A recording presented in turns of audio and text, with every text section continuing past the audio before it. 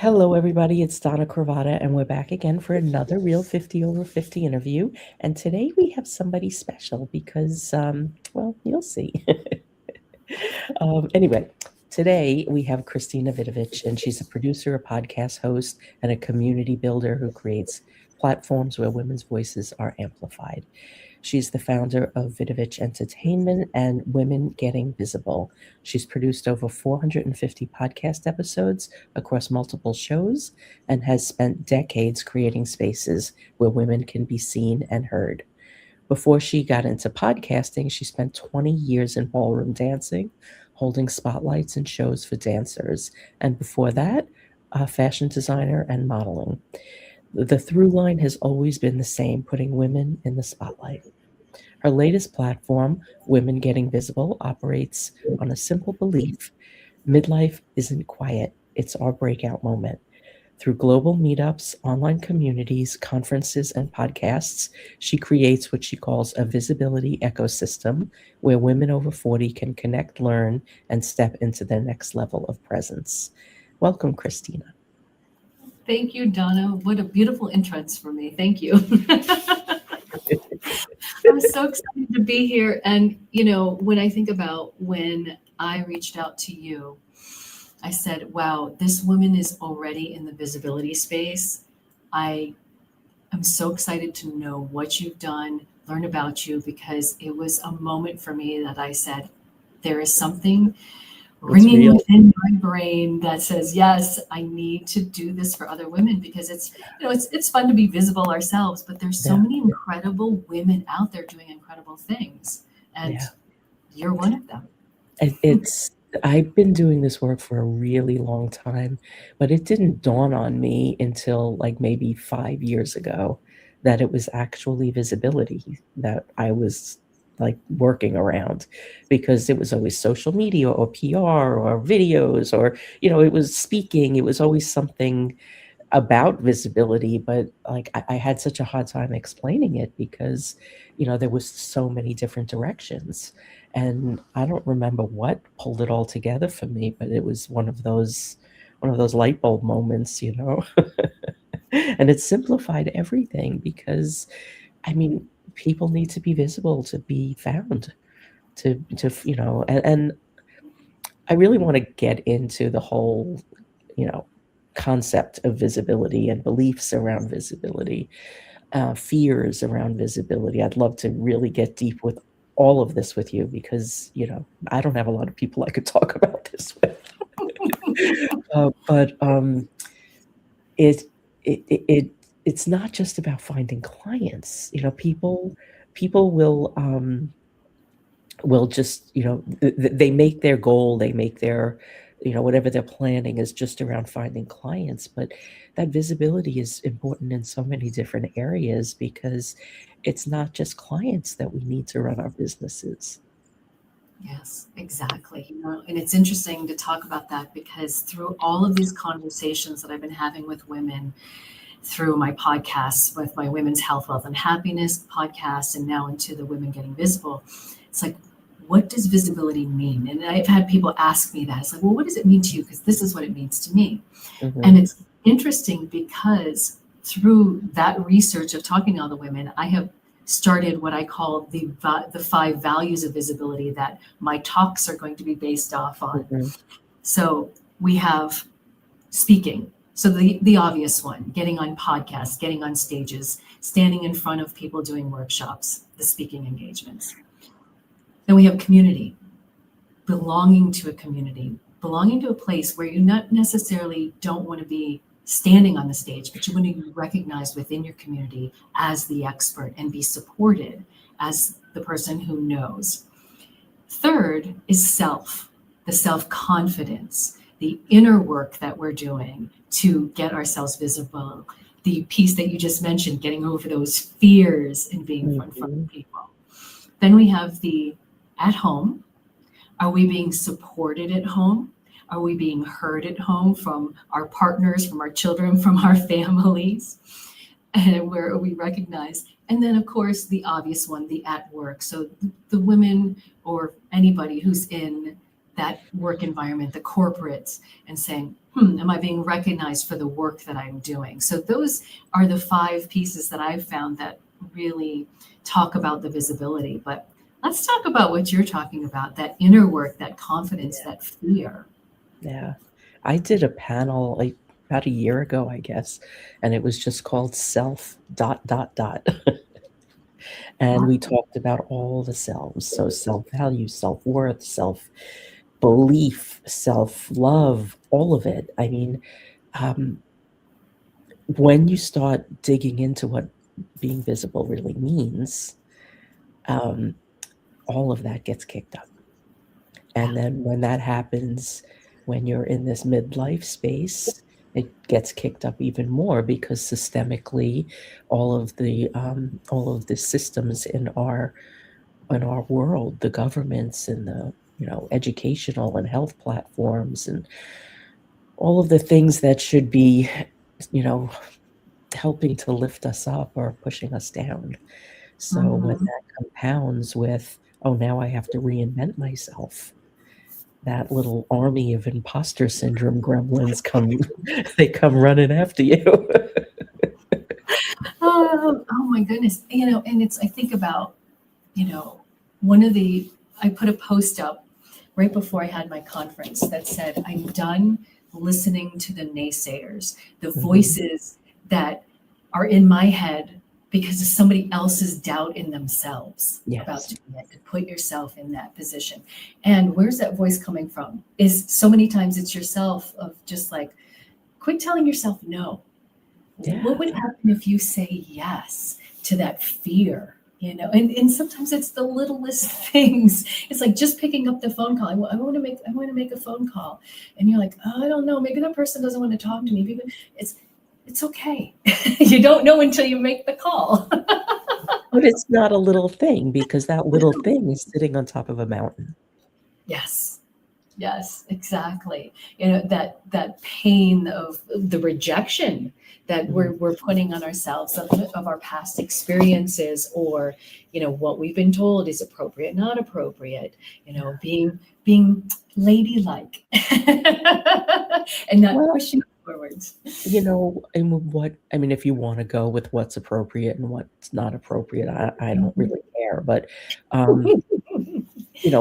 what was appropriate and not appropriate 20, 30, 40 years ago is very different now. Yes. On both sides of appropriateness. So like, which set of rules are you going by if you're choosing to go by a set of rules? And does that set of rules need to be adjusted? Because you might be putting yourself back in a place that isn't even realistic to be in anymore. And I like that, because it's true. It's the not being realistic. And I think that is where a lot of our fears are coming from. Yeah. That unrealistic expectations, unrealistic outcomes of what we think are going to happen, and why sometimes we just stop ourselves short from doing anything. And it's, for me, it's that magic number, crossing that 50, ribbon, and just running through it and going, okay, here I am on this side of it. Now what? And I realized, like, I'm not where I want to be. And the only person who can fix it is this girl with 2 thumbs right here. And stop saying no to myself. Get rid of those fears. And whatever it was of, thinking back to something as silly as high school, it's like you stood out, you did something well, and you got made fun of. And so those scars that get held out, and we're like, but it was really good. And you didn't feel supported because, were they really my friends in the first place? And then you get to this. Like, who even cares? Like, how many years ago was that? Do you even know where they live? Yeah, exactly. And exactly, the time passes by, you get to this point in life, and you do the same thing again, and now you're supported. Yeah. We've reached a point in our life where, you and I are surrounding ourselves with women who are supporting the vision, supporting what they're, what we're doing and what they're doing. And it's so fun to be in that space. It's so much fun to be surrounded by people that you can go with the craziest idea, and even if they don't agree with you, they will be supportive in their non-agreement, you know? Nobody's shooting you down. Nobody's starting a sentence with no. I spoke to somebody, I don't know, time is like flying, so it could have been last week, it could have been 6 months ago. But they told me that they had mentioned to a friend of theirs that they wanted to do a TED Talk, and the friend just shot her down. Mm, And I said, "Okay, so tell me why you think you can't do this after your friend said this." And she told me the reasons, and I said, "Okay, so what do you have in support of you doing a TED Talk?" And, she's accomplished. She's got a book, and she's got a methodology, and she's got ideas, and, she's got proof in her work, and, I was like, "So, like, why can't you do this?" Like, why are you listening to her when you yeah, have this evidence in a body of work that you can do this? yeah, yeah. And I think that's something that we often forget is we already have so many tools in our toolbox. We have so Yeah. many life experiences already that it's like, oh, because I can even say that for myself. You Mhm. know, I Women Getting Visible came to me May of 2025. October of 2025, I put on a conference. So in 5 months, and I had a lot of people say, "Ooh, that's a lot of work to put on a conference and that short of time and all the things Mhm. that go into it." But I'm like, wait a minute. I have done this with ballroom dancing, and Yeah. I even forgot about that I'd done it. I put on programs of 600 to 800 audience members with dancers on stage from 2 year olds to Mhm. grandmothers. And I'm like, if you can keep a room full of 2 year olds from crying and grandmothers from telling you how to run the show, and keep everybody happy, I'm like, I can run, a conference for professional women who know if something needs, to be taken care of, they're going to step up and take care of it. So, I think sometimes it's like finding the things we already have and just go, oh yeah, I can do this, and not and not listen to it in the sense of, I've got these skill set and I Yeah. can do this. Giving ourselves permission.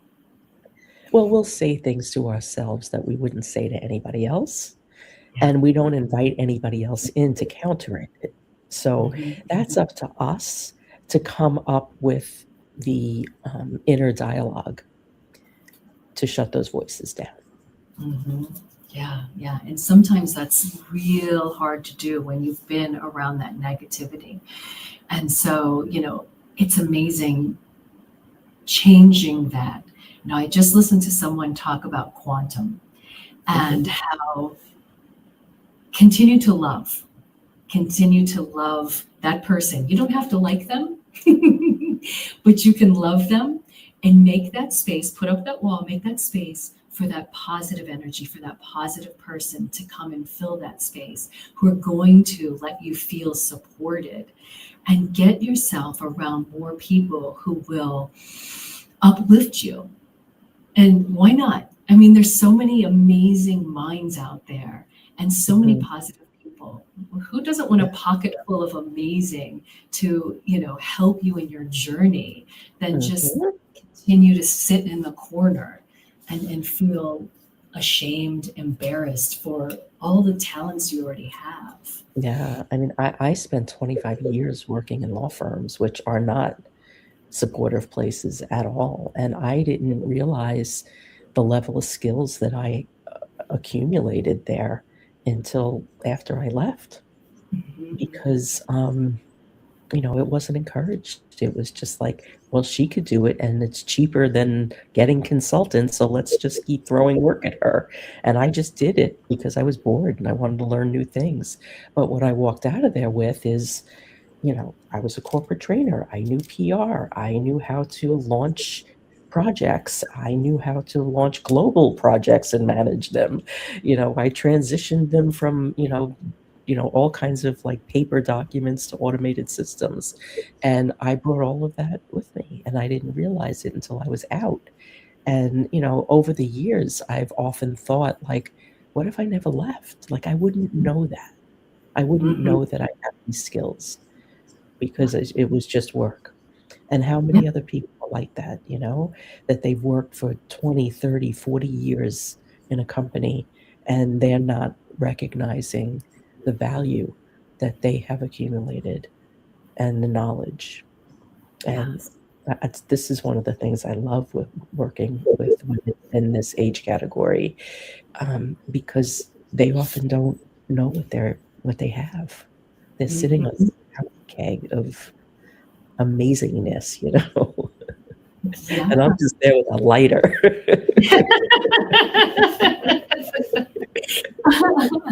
Oh, I love it. Sometimes just holding up that mirror to ourselves, going, "You already have it. Yeah, Stop. Take inventory. It's there." yeah, You know, and don't be afraid to speak up. And and sometimes I think stopping and learning, like how many times I've heard people saying, you have an accountability partner, have a coach, have somebody who's in your corner to help you. And talking about experience, I'm thinking about when I would teach a couple.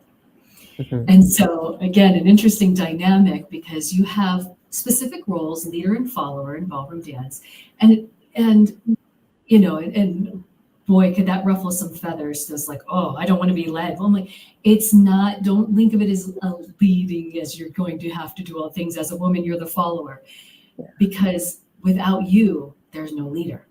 yeah, And his entire job is to make you look good. mhm, So, but learning that communication though too, when somebody's like, but you're not doing this and you're not doing this. And I would hear that and I'm like, whoa, stop. Let's learn to recognize what the other person, don't attack the other person, but let's recognize what are we missing. Because right now, back to that visibility piece, you're not visible right now. They're saying something to you, you're trying to communicate, but there's some miscommunication. You're not giving them the grace and yeah, listen to how they're trying to say, this is what I need. So that's a lot of what I would teach is how can we communicate with each other to express what we need so that we can both play our parts. And in that piece of visibility, because yeah, and communication. that I'm sure that has, like, helped relationships too, just learning how to, like, just move together. Yeah. Because, like, I think if you understand, um, physical movement, it kind of moves into the emotional as well. Yes, So you're doing yes. a little therapy there. You betcha I am. But So, and just yeah. with the work, like, all of your work, I mean, between, the podcasts and the ballroom dancing and, the work that you're doing now around visibility, like, what would you say is the biggest thing that holds women back from being visible? Ooh, support, Mhm. feeling supported. It's just like even if they're ready, it's giving themselves that permission to go, okay, like because there's something wired in us that is like to our best friend saying, do it. Somebody's just giving you that little push. It's like Mhm. you can rock those heels. Mhm. That makeup looks great. Your hair looks great. I'm thinking of the teenage self again. But it's like it's okay to show up. And so it's like getting over that self-doubt and that support. So knowing there's someone that you can turn to and trust, I think sometimes of going, who'll be honest with you. I have a sister. If I need something to be honest, I'll go to my sister and she'll tell me, oh yeah, Mhm. this is it. So I know there are places where I can find support and trust in someone. So I think having somebody that you can turn to will help you along that journey. And then when they, um, get what it means to be visible, what's the change that you see? Ooh, there is a light that glows from the inside out when they finally take that opportunity to go, oh, what was I scared of? And I did this thing that I've only been thinking about. And now, whether it's, something outward like that post, or speaking up on a stage, or speaking up in front of somebody that they've always wanted to even talk to, whether it's a workshop group or it's another human being, of going, you are my idol. I love your books. I want to be able to do what you're doing, and not realizing, oh my gosh, you already have the same tools, but now it's okay to shine that spotlight back on yourself. And it's just beautiful to watch the transitions and the smiles, and then realize once you step there that there's so many women who are already there to support you. Like, welcome to the club. When the doors start popping open. Yeah. And it's that manifestation that starts to happen. It's like, yes, somebody who I was talking to recently was talking about that manifestation. It's like, it's not just putting it out there. There is work that goes into that. You can't just go, oh, the prize money is going to knock on my door. And once in the day was what, Ed McMahon? The big check, right? Exactly. You've got to work to do something to make that happen, but allowing it and going with the flow. This is one of the things that I love for myself, is when you're pushing and trying to do something, if you're pushing too hard, it's not the right way. But when you allow the flow to happen, suddenly those doors start to open, and the right people step through. And it's shocking to me. It's like, one of the visions I have is we don't climb the mountain alone. Mm-hmm. We have the tools, we have the ropes, we have the clamps and the right shoes, and we have partners along the way who are reaching down to help us, and we're reaching down to help them as we climb the mountain together. And how much more fun is it to be standing at the top of that mountain with a group of people than all by yourself? Yeah, it's a great view to share. and it's so reciprocal, like, Yes. I didn't experience that early in my career because everyone was out to get everyone else, and whoever worked the most hours died first and won. That's basically it. But like, coming out of that and coming into this whole new world, it was like, it was like the Wizard of Oz when you first see the color of, Oz. Mm-hmm. It was a whole new life, and I bring that when I work with clients because I want to remember, like, the space that they're in, because many of them are coming from that space where, they were just they were just a cog in a wheel. Mm-hmm. And stepping out is scary because there's so many opportunities, but there's so many decisions to be made. Yeah. And it's different, and there's none of that institutional support around you that was once perceived to be safe. Mm-hmm. But that's not safe. It's what it was designed to keep you down.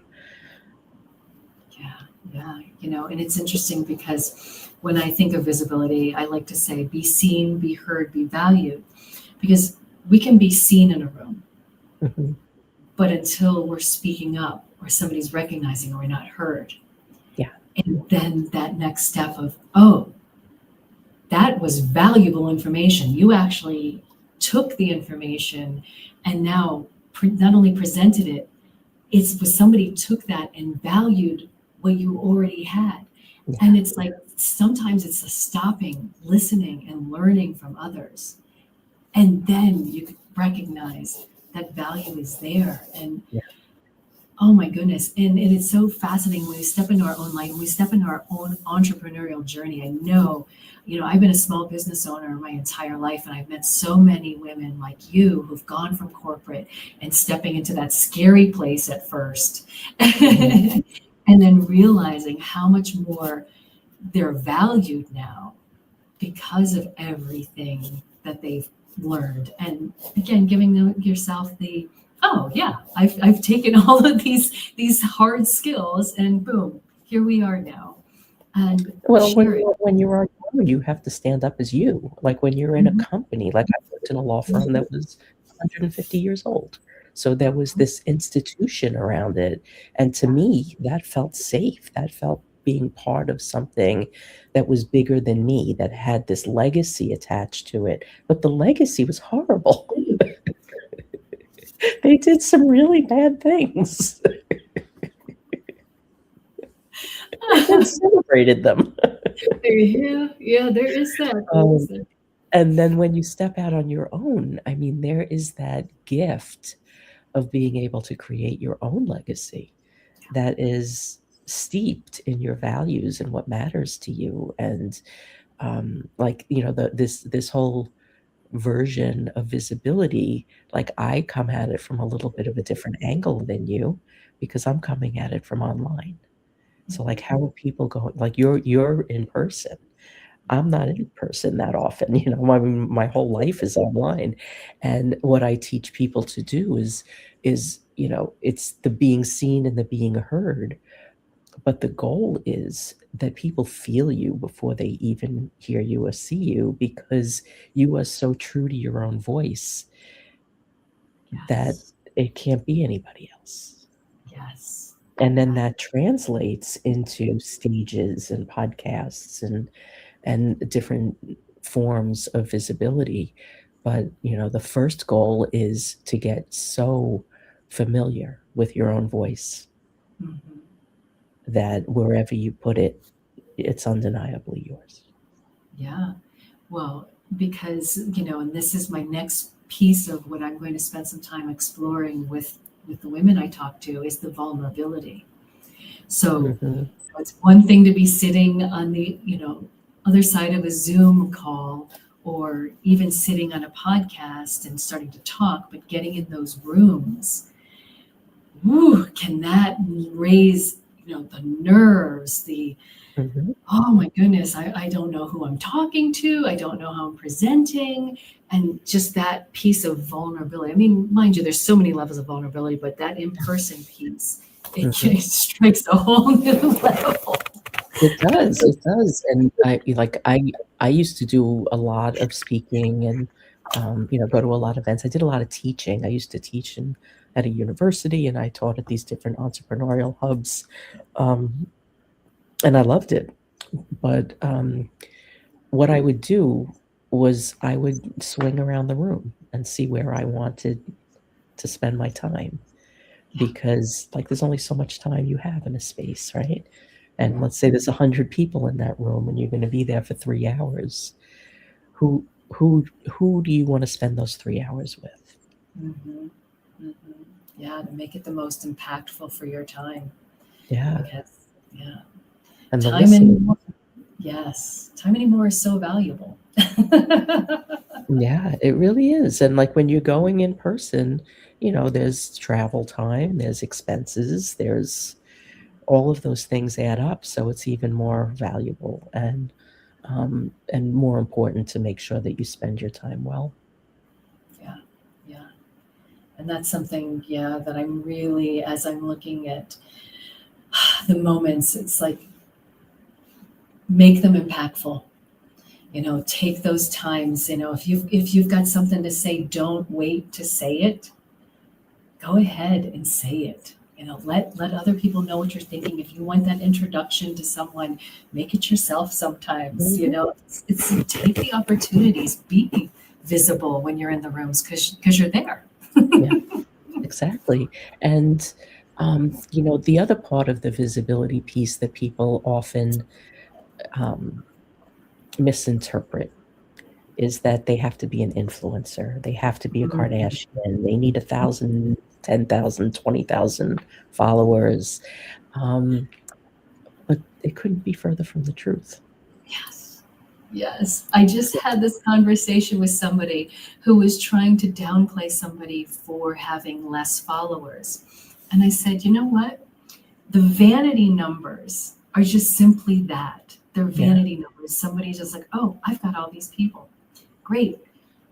maybe I only have 20, but those 20, they're engaged with me and I know who they all are. So, yeah, it's much more important. It's so much more important. I've worked a lot with authors, and publishing companies want big platforms. And I would get on the calls with these publishing companies, and I'd say, "Well, do you know who these people are?" And they'd say, "No." I said, "Do you know, are they Viagra salesmen from the Philippines?" And he'd be like, "I don't know." And I'd be like, "It doesn't matter. Like, you don't know who they are. They're just like this mass number." And they, it doesn't really matter, because if you have those 20 people that are around you and they are supportive and they're interested and they come back, they're going to come back with somebody else.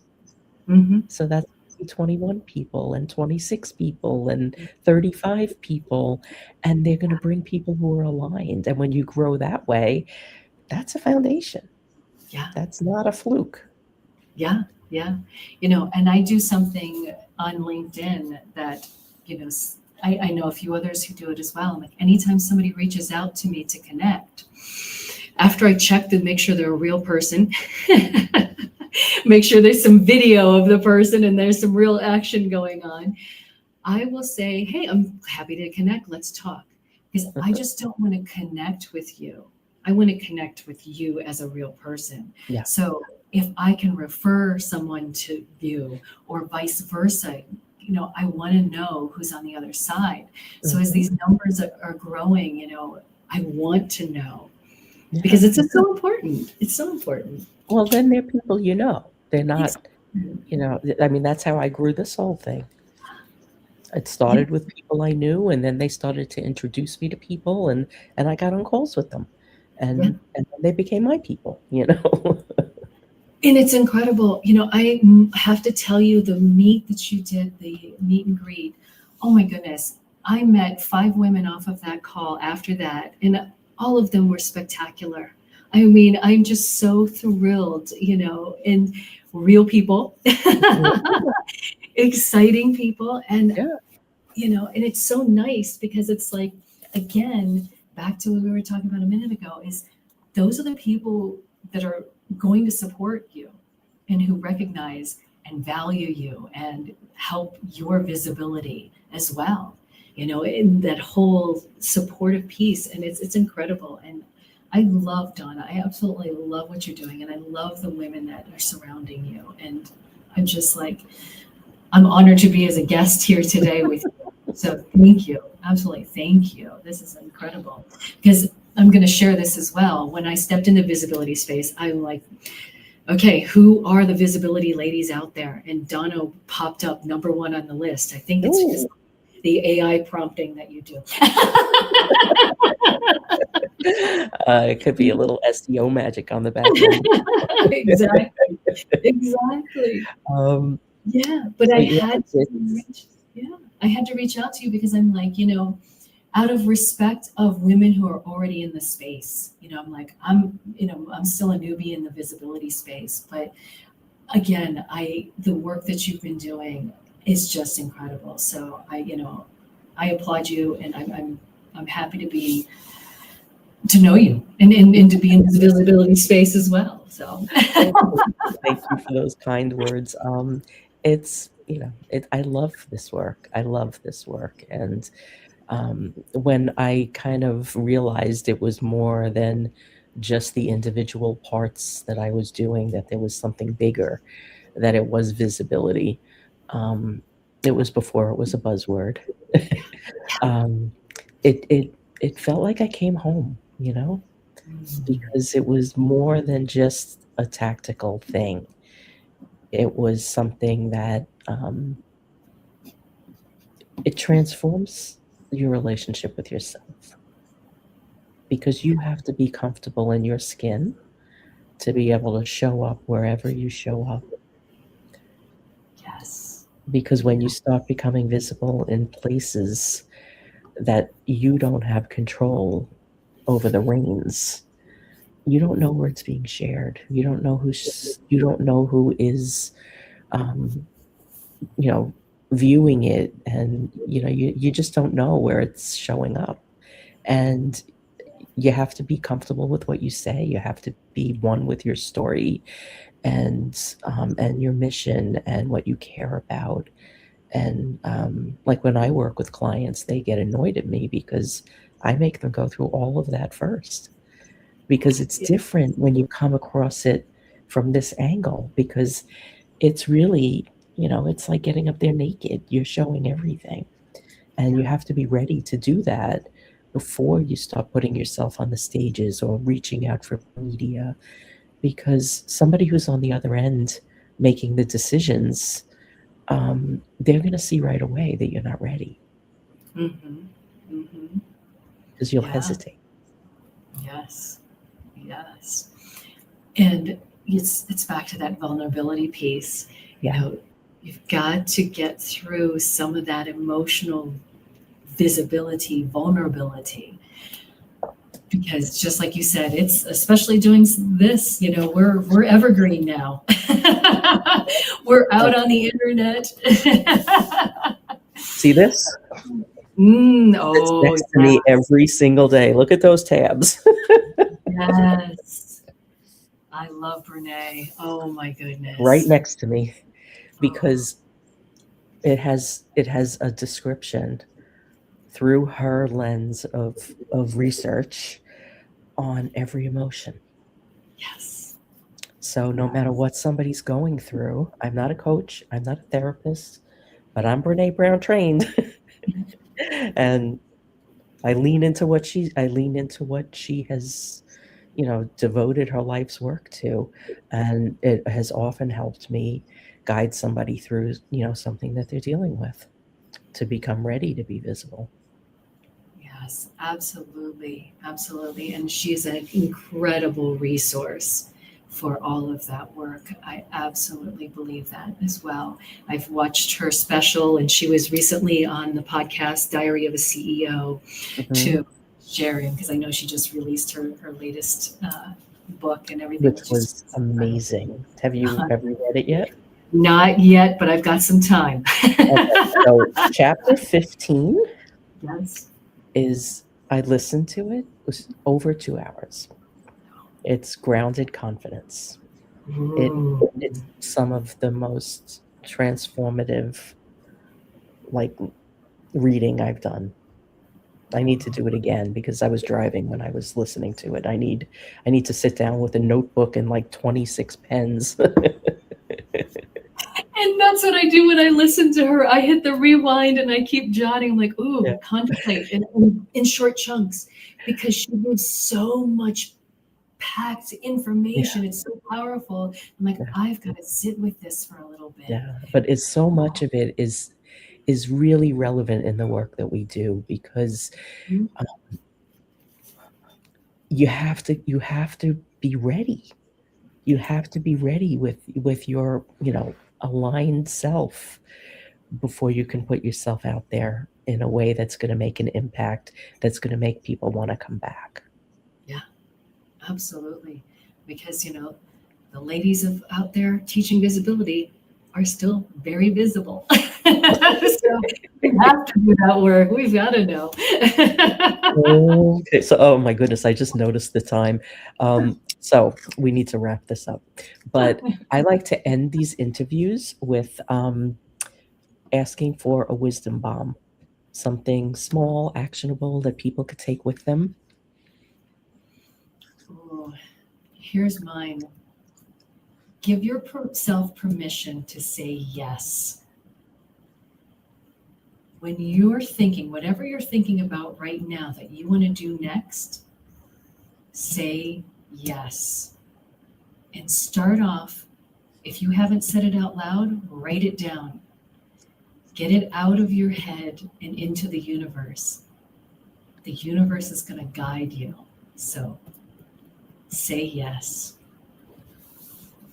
Okay, that's good advice. And everybody, please connect with Christina at womengettingvisible.com. And she's also on LinkedIn, and she's on our Real 50 Over 50 page. And she's got a whole series of events going on over the next couple of months. So take a look and see if there's one coming to your town. And she's our last interview for the year. So come back on the 17th when we're going to have a mix and mingle, and then we've got interviews booked all the way into May. Wow. So we've got lots of good stuff coming.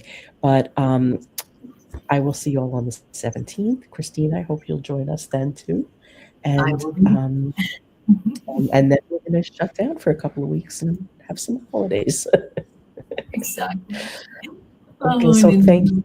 It was fun, and I love digging into the whole visibility thing. And I look forward to see what else you do on your newly launched avenue, which is great. I love to see that you just ran with it. It was really, I love it because more people need to be doing this. Thank you, Donna. Thank you for today, and I can't wait to continue getting visible with you. All right, everybody, have a great Wednesday, and we will be back.